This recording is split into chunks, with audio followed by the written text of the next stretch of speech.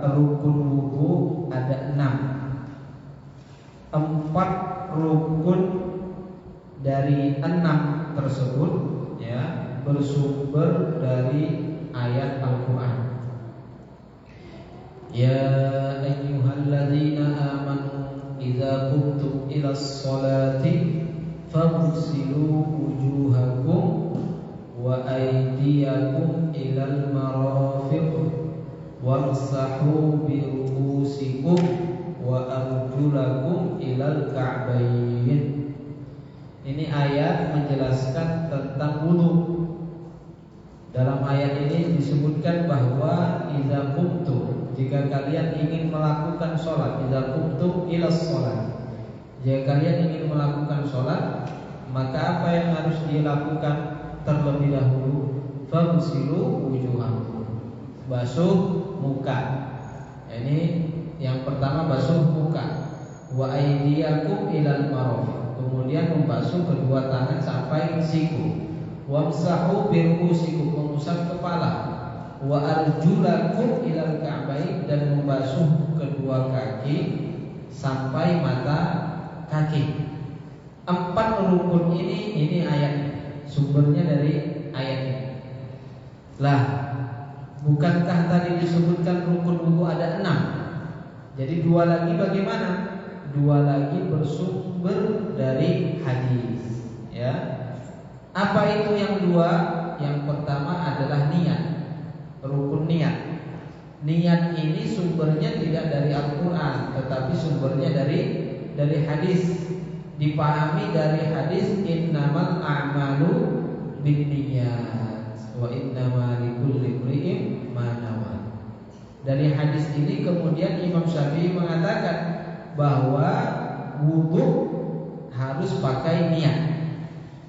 Jadi masuk dalam kategori rukun karena dia sesuatu yang harus disertakan, sesuatu yang harus ada, yang harus dilakukan pada wudu, ya, makanya dia termasuk rukun wudu.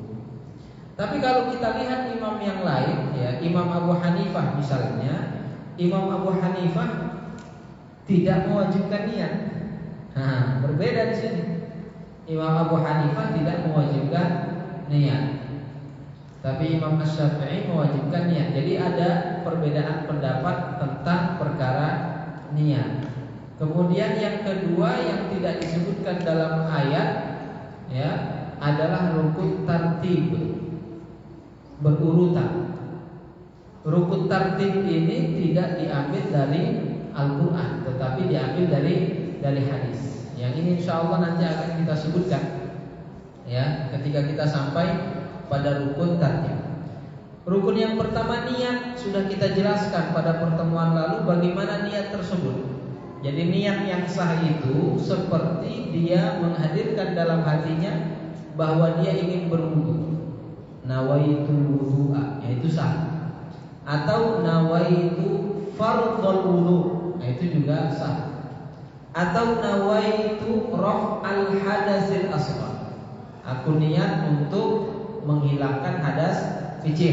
Ini juga sah, niat yang semacam itu. Atau nawaitu taharata lis-shalah, aku niat bersuci untuk melakukan sholat. Nah, ini juga sah. Jadi niat-niat tersebut adalah niat yang boleh kita gunakan untuk ketika kita berwudu. Yang umumnya kita gunakan, yang kita dari dulu dari kecil kita diajarkan, lafaznya bagaimana, Pak? Nawaitu fardhul wudu'i li raf'il hadatsil asghari, kan itu. Nah, itu sudah lebih dari cukup, ya, sah, sudah lebih dari cukup. Kemudian rukun yang kedua adalah membasuh muka. Nah, ini juga kita sudah jelaskan pada pertemuan yang lalu, bahwa muka yang disebut dengan muka itu adalah dari tempat tumbuhnya rambut normalnya atau kebanyakan orang, kebanyakan manusia. Dari sini berarti sampai ke dagu bagian bawah, itu disebut namanya muka. Semua bagian yang masuk dalam batasan ini disebut muka. Lebarnya dari anak telinga sampai ke anak telinga yang berikutnya. Nah, ini semua disebut namanya muka. Jadi kalau ditarik benang dari sini ke sini, Pak.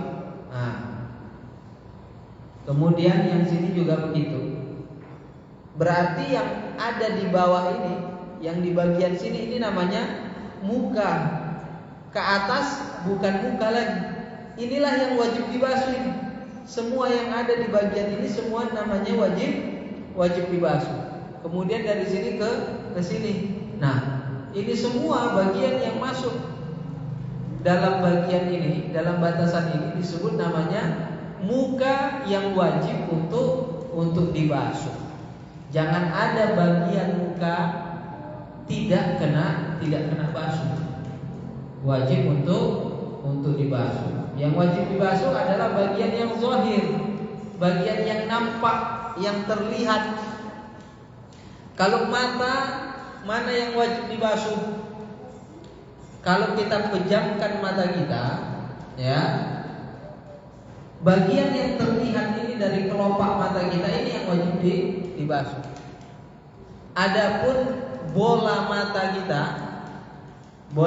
kita ini tidak wajib untuk kena air, tidak wajib dibasuh.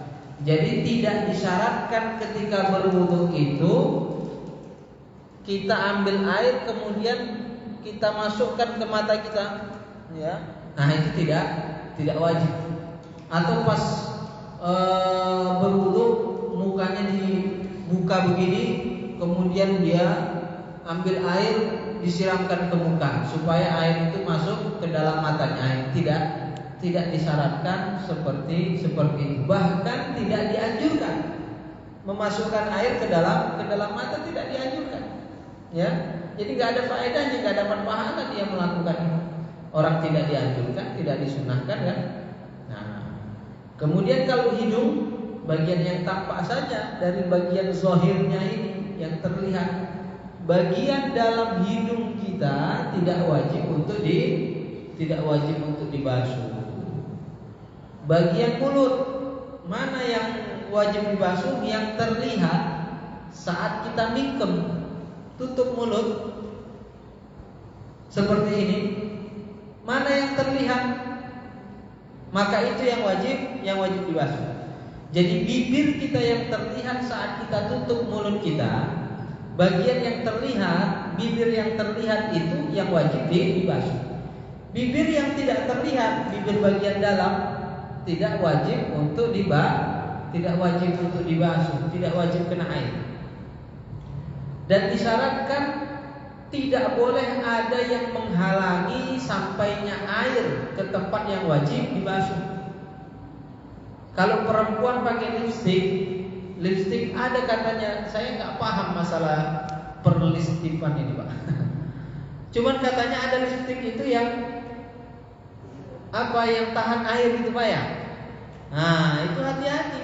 Lipstik yang tahan air itu kalau air nggak bisa sampai kena ke bibirnya, karena bibirnya dilapisi oleh lipstik itu seperti macam cat saja gitu kan. Nah, air nggak bisa sampai ke dalamnya, nggak bisa kena ini bibir, maka tidak sah wudunya. Tidak sah wudunya. Kalau perempuan misalnya pakai bulu mata palsu. Ada itu, Pak, kan? Bulu mata palsu. Itu bulu mata palsu itu kan dia lengket. Gimana caranya dia lengket itu, Pak? Kan ada lemnya. Kayak double tip aja gitu kan? Ada lemnya ditempelkan di sini di bulu matanya. Nah, itu ketika dia mau berwudu, ya, itu harus dicopot.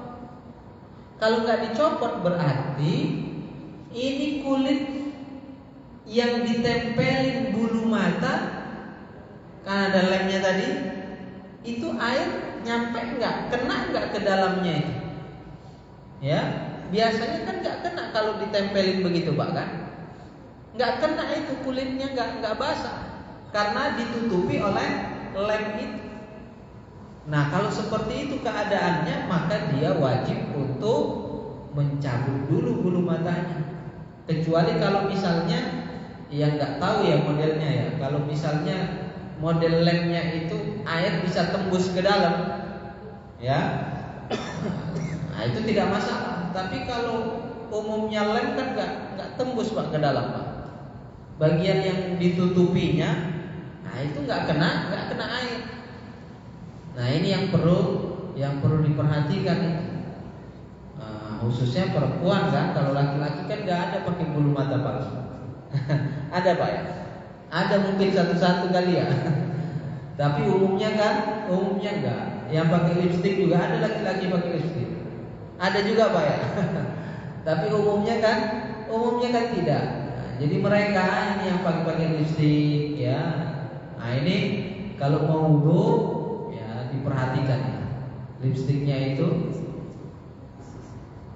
yang menempel di bibirnya itu air bisa sampai enggak ke bibirnya? Bibirnya nanti basah enggak? Atau hanya lapisannya aja yang basah? Lipstiknya basah tapi kulitnya di dalam enggak basah karena ditutupi, dilapisi oleh lipstiknya. Apakah seperti itu atau tidak?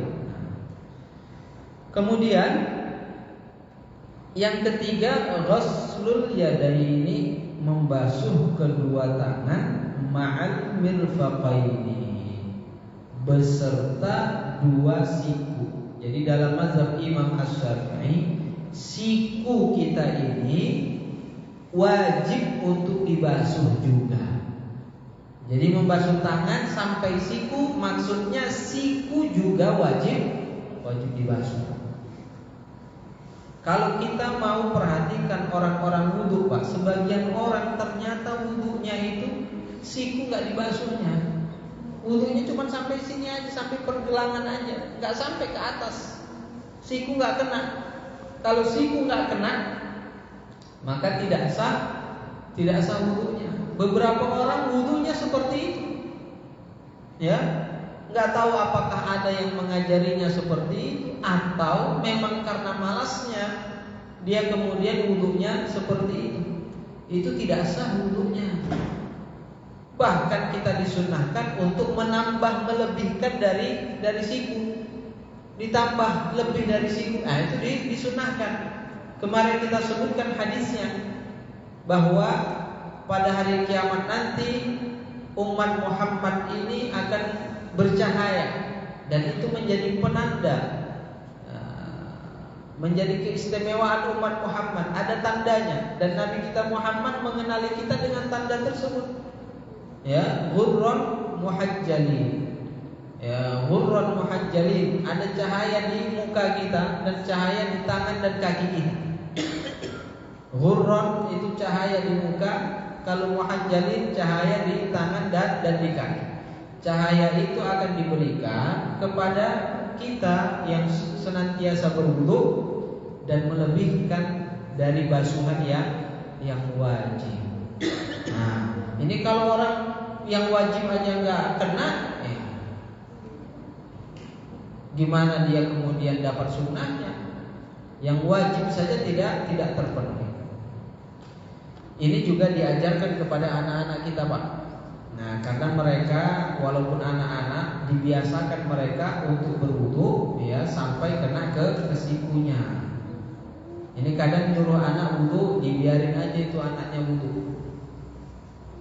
Dibiarin tanpa diajarin bagaimana cara wudu yang sah. Ya, sekali-sekali perlu kita perhatikan wudunya. Kita lihat wudunya, kita suruh dia wudu, kita lihat wudunya benar enggak. Kita kasih tahu kalau enggak benar, ini enggak benar. Nah, kadang dia basuh tangannya gini-gini doang. Yang ini enggak dibasuh, yang ini enggak digosok, ya. Iya kalau ininya kena juga. Ya kalau nggak kena, cuman gini-gini doang, ininya nggak kena, berarti kan nggak sah wudunya. Nah kita ajarkan untuk menggosoknya keliling merata semuanya digosoknya. Kan terkadang karena dia pakai baju tangan panjang, males menggulungnya, nah, cukup segini aja digulungnya, ini aja yang dia basuh. Ada orang tangan bajunya sempit Pak, jadi nggak bisa dinaikkan ke atas, nggak bisa. Males dia membuka bajunya, malu juga mungkin kan, buka baju. Jadi dia hanya membasuh sesampainya saja. Nah ini tidak sah, tidak menjadi alasan. Kalau lengan bajunya itu kemudian sempit, nggak bisa ditarik ke atas, itu tidak menjadi alasan. Berarti kalau bajunya seperti itu, ya terpaksa dia buka bajunya. Kemudian dia wudu dengan sempurna. Kemudian disunahkan juga menyela-nyela jari. Jadi jari ini di sela-sela. Ya, jarinya di sela-sela. Sunnah menggosoknya. Imam Syafi'i tidak mewajibkan untuk menggosok. Tidak diwajibkan dalam mazhab Imam Syafi'i digosok-gosok. Tapi dalam mazhab Imam Malik wajib hukumnya menggosok. Imam Malik menyebutkan kalau menggosok-gosok ini wajib, dan menyela-nyela jari ini ya wajib dalam mazhab Imam Malik. Imam Syafi'i tidak mewajibkan, tapi mengatakan itu hukumnya sunnah. Sebaiknya kita lakukan.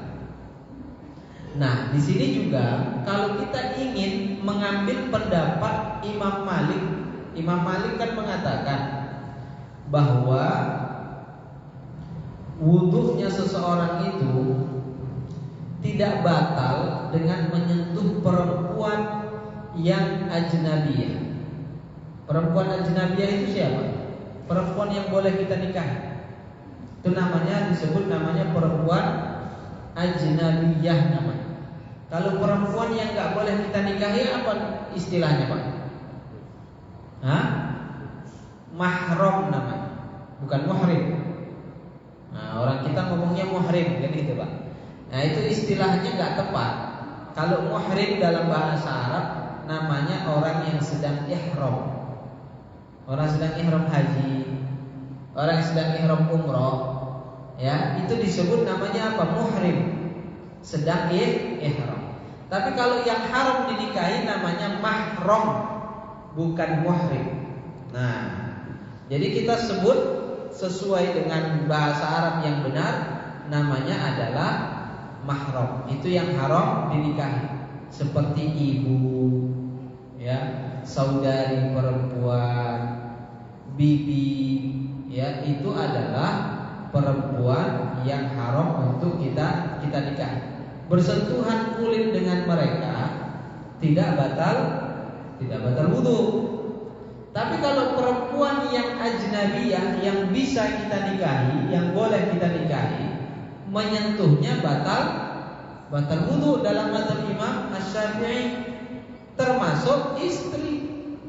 Istri kita itu bukan mahram kita, tapi dia ajnabiyah. Ya karena dia ajnabiyah lah, makanya kita bisa nikah kan itu Pak. Kalau dia mahram nggak bisa nikah kita. Bisa kita nikah sama saudari kita? Nggak bisa. Ya, ke penghulu pun nggak akan disetujui itu. Nggak akan diterima, nggak keluar suratnya. Nikah sedarah istilahnya itu Pak kan nggak akan bisa. Kenapa? Karena mahram. Tapi begitu dia sah nikahnya dalam agama, berarti perempuan itu bukan mahramnya. Siapa dia? Ajnabiyah namanya. Kalau seperti itu berarti menyentuh istri, bersentuhan dengan istri batal wudu. Bersentuhan kulit dengan kulit batal wudu. Seperti itu hukumnya dalam mazhab Imam Asy-Syafi'i. Ada pendapat dalam mazhab Imam Malik bersentuhan kulit ajnabiyah, semacam contohnya istri, bersentuhan dengan istri tidak batal wudu dalam mazhab Imam Malik selama tidak bersyahwat. Kalau sudah bersyahwat batal wudu. Ya, memeluk istrinya dengan syahwat, mencium istrinya dengan syahwat, batal wudu. Tapi kalau hanya sekedar bersentuhan, ya, atau mencium istrinya tanpa syahwat, tidak batal wudu dalam mazhab Imam Malik.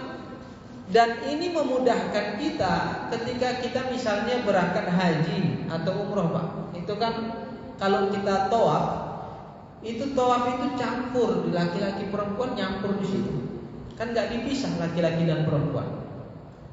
Kadang ya tanpa sengaja kita bersentuhan kulit kita dengan perempuan. Ya dia kan nggak boleh pakai sarung tangan itu perempuan.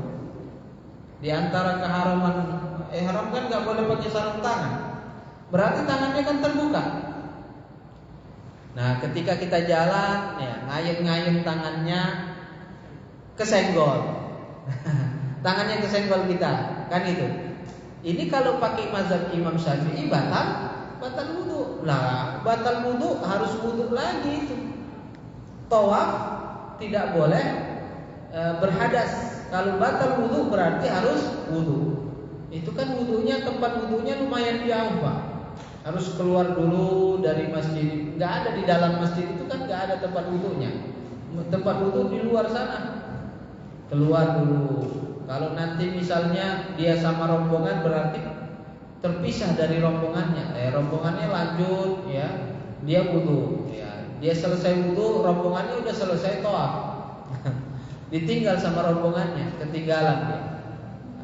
Bisa-bisa nyasar kalau dia nggak tahu apa-apa di sana, bisa nyasar kemana-mana dia.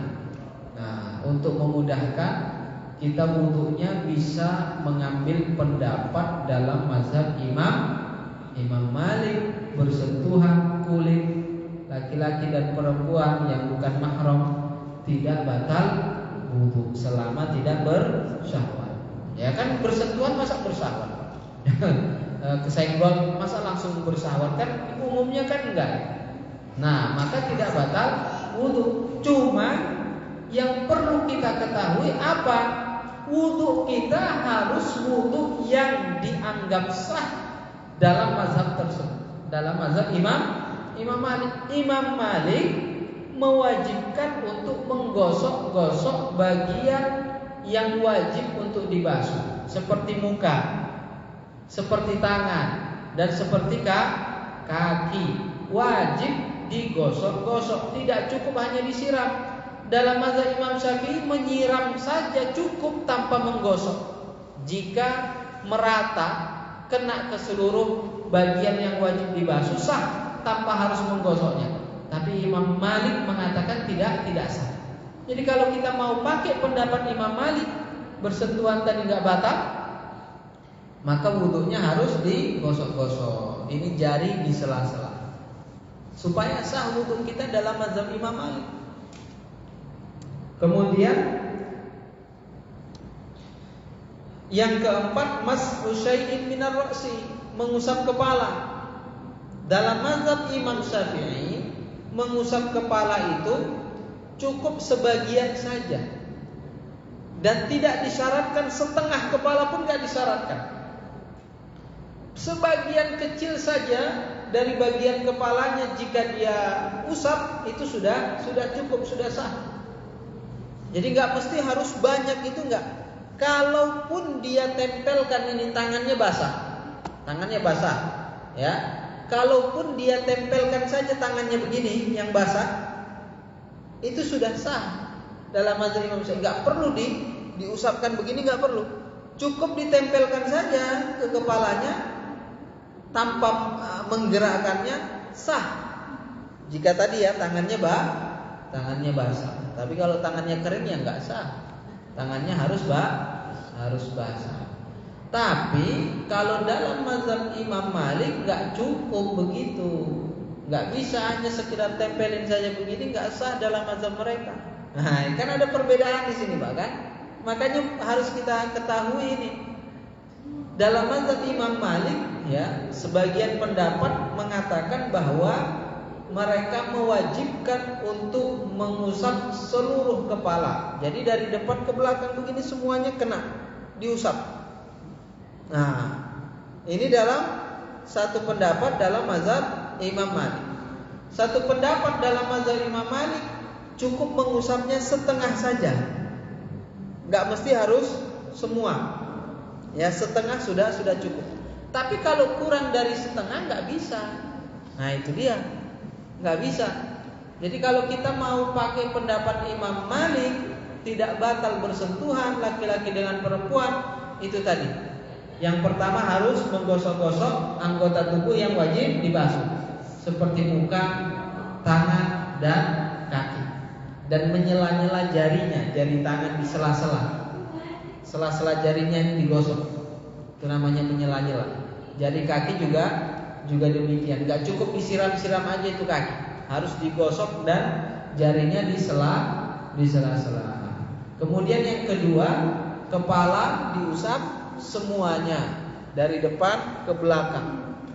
Atau sebagian pendapat mengatakan cukup setengah saja. Nah, ini yang dua hal ini yang perlu kita perhatikan. Selebihnya sama dalam mazhab dengan mazhab Imam Syafi'i sama selebihnya.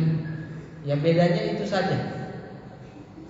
Jadi kalau kita ada yang mau umroh ini Pak, nah supaya nggak repot nanti wudunya, lakukan wudu yang sah dalam mazhab Imam Malik, sehingga kalau nanti bersentuhan tanpa sengaja tidak batal wudu. Ya, tidak batal wudu. Kita pun di sini kalau lagi nggak umroh, kalau lagi nggak haji, kalau lagi nggak umroh, bisa kita praktekkan itu Pak dengan istri kita. Kalau mau ke masjid, ya berangkat, istrinya mau salim gitu kan. Nah, batal wudunya kalau dalam mazhab Imam Syafi'i. Tapi kalau kita pakai mazhab Imam Malik tadi tidak batal wudu. Bisa nggak kita praktekkan seperti itu? Bisa. Yang penting wudunya sah dalam mazhab tersebut. Itu saja. Ya gimana kita bisa mengambil pendapat salah satu mazhab, tetapi imam mazhab itu mengatakan wudu kita nggak sah? Ya nggak bisa kita mengambil pendapatnya. Harus wudu kita dianggap sah pada mazhab yang ingin kita ikuti. Nggak perlu niat dalam hati itu saya niat wudu saya ini ngikut mazhab Imam Malik, nggak perlu itu niat begitu. Ya, perbuatan kita jika sah dalam mazhab tertentu itu sudah cukup. Nggak perlu pakai niat. Istilahnya kan pindah mazhab itu Pak ya. Nggak perlu pakai niat. Kemudian wal khamis, rukun yang kelima, ghaslur rijlain, membasuh kedua kaki, ma'al ka'baini, beserta dua mata kaki. Jadi dua mata kaki juga wajib untuk dibasuh juga. Lah ini kok langsung basuh kaki, mengusap telinga mana? Mengusap telinga itu sunnah hukumnya, tidak wajib. Karena ini kan membicarakan tentang rukun-rukun wudu yang wajib. Adapun mengusap telinga itu hukumnya sunnah, bukan rukun. Makanya tidak ada di sini. Bukan artinya kita tidak dianjurkan, karena itu kan hukumnya sunnah. Makanya kita jelaskan di sini tidak disebutkan karena di sini sedang membicarakan tentang rukun wudu. Mengusap telinga hukumnya sunnah. Sunnah mengusap telinga itu dengan air yang baru. Maksudnya bagaimana? Kita kan tadi mengusap kepala.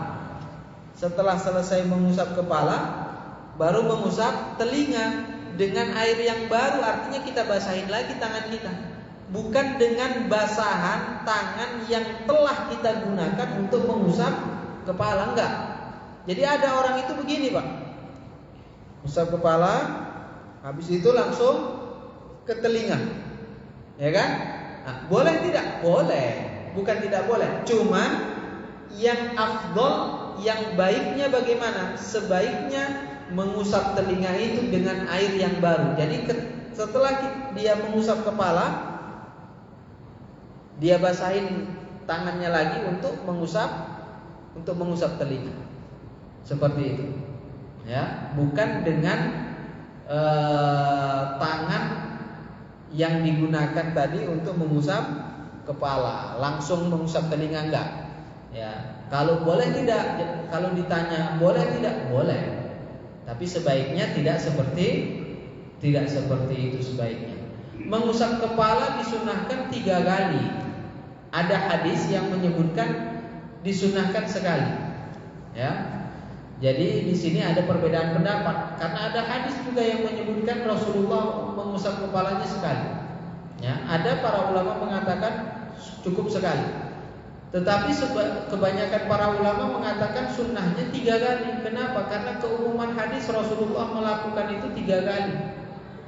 Jadi karena melihat hadis-hadis yang lain, para ulama mengatakan semua perkara wudu ini, rukun-rukun wudu ini dilakukan sebanyak 3 kali sunnahnya. Membasuh muka 3 kali, membasuh tangan 3 kali, mengusap kepala juga 3 kali. Kalau dia mau 1 kali boleh tidak? Ya boleh kan gitu. Bahkan memang ada hadis yang menyebutkan satu kali itu ada. Telinga juga demikian, ya disunahkan 3 kali. Sebagian mengatakan sunnahnya cuma 1 kali.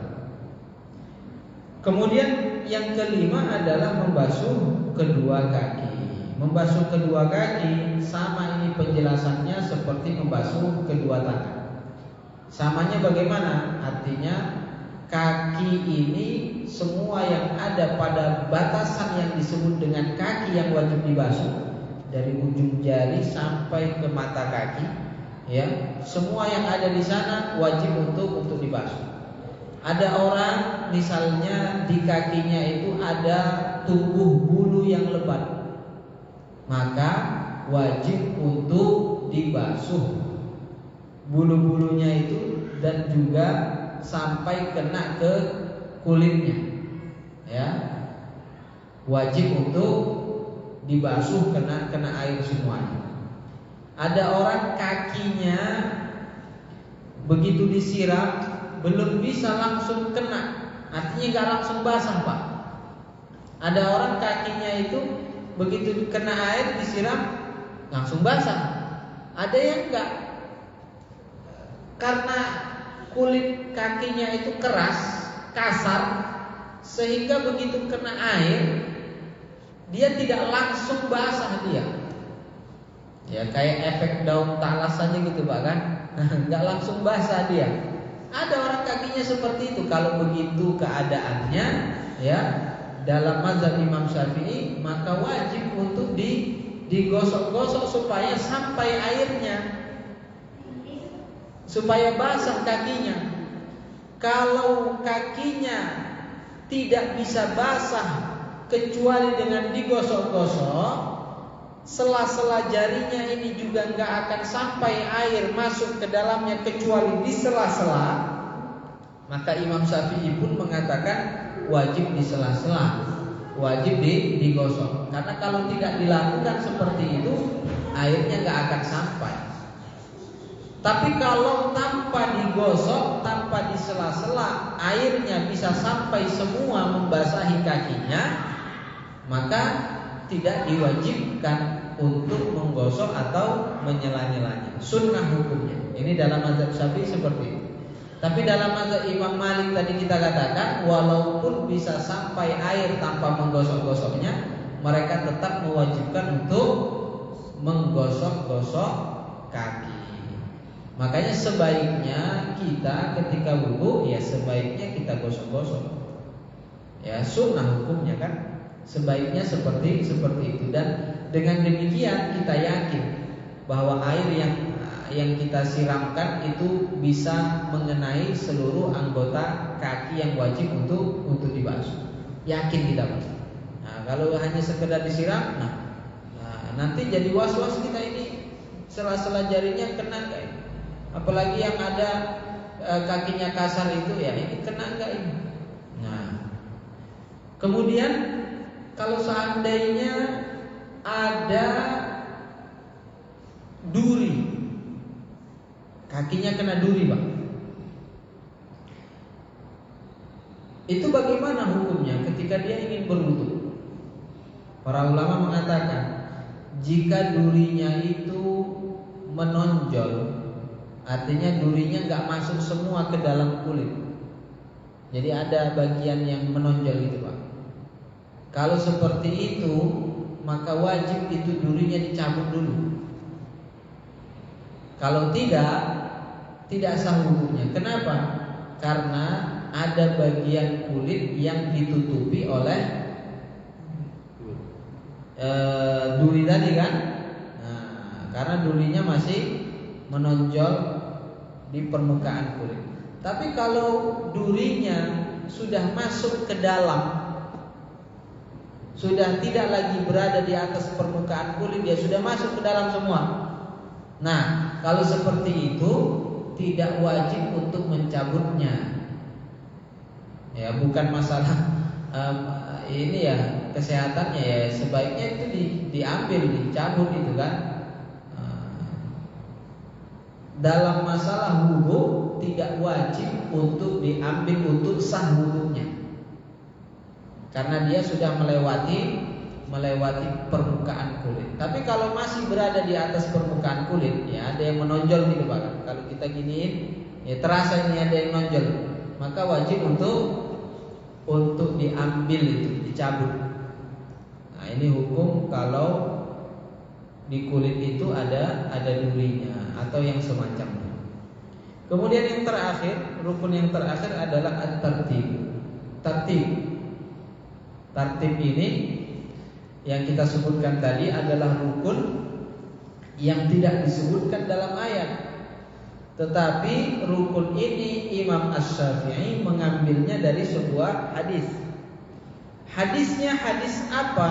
Hadisnya hadis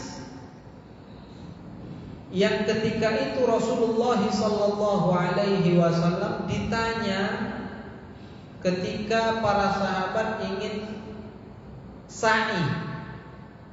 Ditanya Rasulullah, ini sa'i dari mana ya Rasul? Dari Safa ke Marwah atau dari Marwah ke Safa? Dari mana? Apakah boleh mana-mana saja? Kan itu.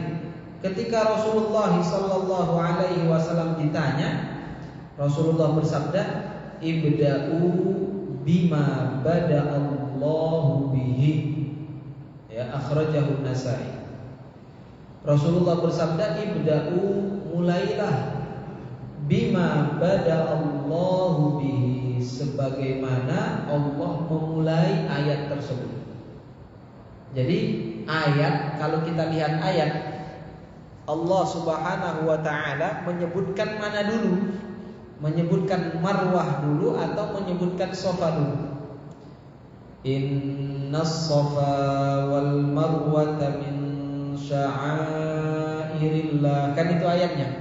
Innas Safa wal Marwata. Yang disebutkan Safa dulu baru Marwah. Nah, makanya dimulai dari Safa ke Marwah. Imam Syafi'i dari hadis ini kan hadisnya berkaitan tentang haji ini, berkaitan tentang sa'i ini. Lah kok bisa jadi ke rukun wudu kan itu? Imam Syafi'i mengatakan ayat hadis ini sebabnya khusus, tetapi maknanya umum.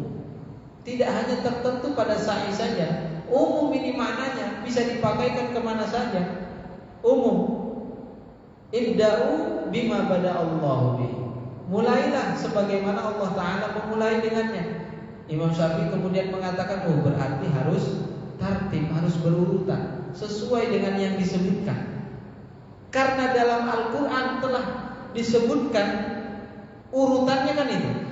Ya ayyuhalladzina amanu idza qumtum ilas sholati, wahai orang-orang yang beriman, jika kalian ingin melakukan sholat, faghsilu wujuhakum, basuh muka kalian, wa aydiyakum ilal marafiq, dan tangan kalian sampai siku, wamsahu bi ru'usikum, usap ya kepala kalian, wa arjulakum, dan basuh kaki kalian ilal ka'bain. Nah, maka mulailah seperti yang telah disebutkan dalam Al-Qur'an.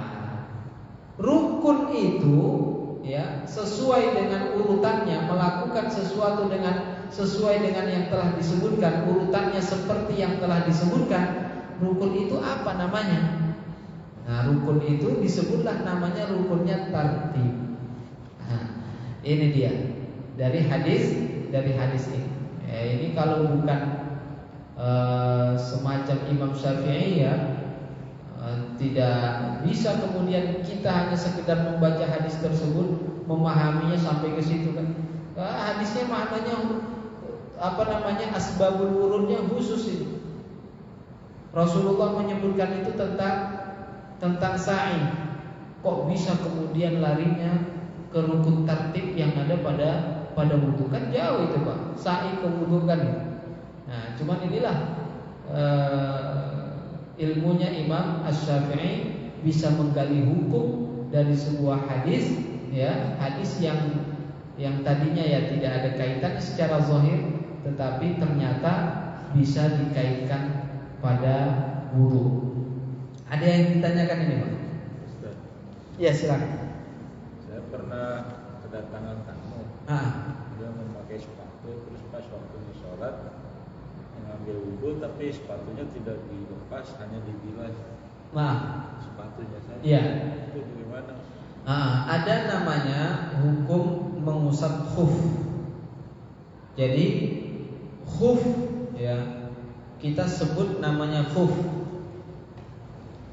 Kalau mau diartikan sepatu, ya bisa, cuman sepatu yang sesuai dengan syarat-syaratnya. Jadi khuf itu tidak semua jenis sepatu dikatakan khuf. Khuf itu ada syarat-syaratnya.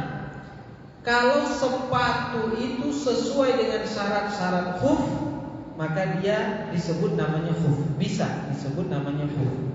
Ya, nanti ya akan ada nanti pembahasannya. Mengusap khuf ini menjadi ganti dari membasuh kaki. Kalau dia memakai khuf, ya, kalau dia memakai khuf, maka dia tidak diwajibkan untuk membasuh kakinya. Enggak wajib. Tapi kalau dia mau copot dan dia basuh kakinya boleh. Tapi kalau dia enggak mau copot itu khufnya, kemudian kalau karena nggak dicopot, gimana ini basuh kakinya kan gitu kan? Cukup dengan mengusap khufnya saja, diusap kayak mengusap kepala. Jadi nggak disiramkan air Pak, tangannya saja yang basah, kemudian diusapkan ke khufnya. Nah, seperti mengusap kepala. Ya, seperti itu boleh, cuman khufnya harus atau sepatunya itu harus sesuai dengan syarat-syaratnya. Ada nanti syarat-syaratnya. Insya Allah kita sebutkan nanti pada pembahasan. Ya, baik, silakan. Itu ada sebagian mengatakan ketika membasuh muka ada orangnya, ketika tangan ada orangnya, ketika membasuh kaki itu apa doanya? Iya, ada dianjurkan mengucapkan doa-doa tersebut.